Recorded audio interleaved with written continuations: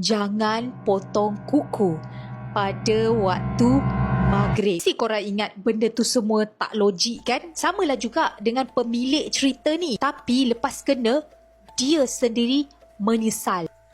Kurang-kurang kejap. Kisah ini berlaku ketika Liza berumur 11 tahun. Tu Liza tinggal di sebuah rumah kampung lama bersama keluarga. Rumah tu kecil tau. Malam biasanya Liza akan tidur bersama ibu dan ayahnya dekat bilik di ruang tamu. Sebab biasalah orang susah, semua lampu dekat dalam rumah dipadam sebab nak jimat elektrik. Pada hari kejadian, jam 7 petang, kat nak waktu maghrib, Liza mengetik kukunya dekat dapur. Walaupun Liza dah biasa dengar larangan jangan potong kuku pada waktu maghrib, tapi dia kisah apa kan? Dia katanya, alah, baru pukul 7, belum lagi maghrib. Selesai je potong kuku, Liza pun buang serpihan kuku tu dekat celah lantai papan dan jatuh dekat bawah tanah rumah. Malam tu rumah memang sunyi sepi. Semua orang tidur lena termasuk Liza. Tapi guys, malam tu tiba-tiba Liza terjaga. Bukan sebab mengigau, bukan sebab mimpi, tapi sebab terdengar bunyi ini.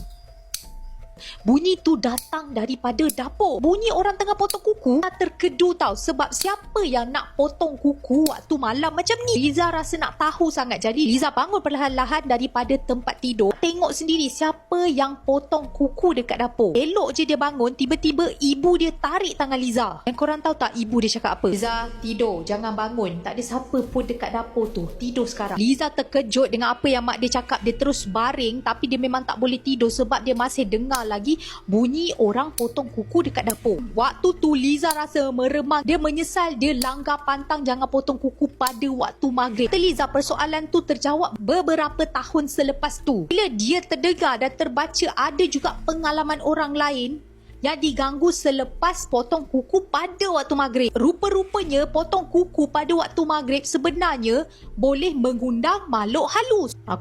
Korang biasa potong kuku pukul berapa? Cik komen kat sini.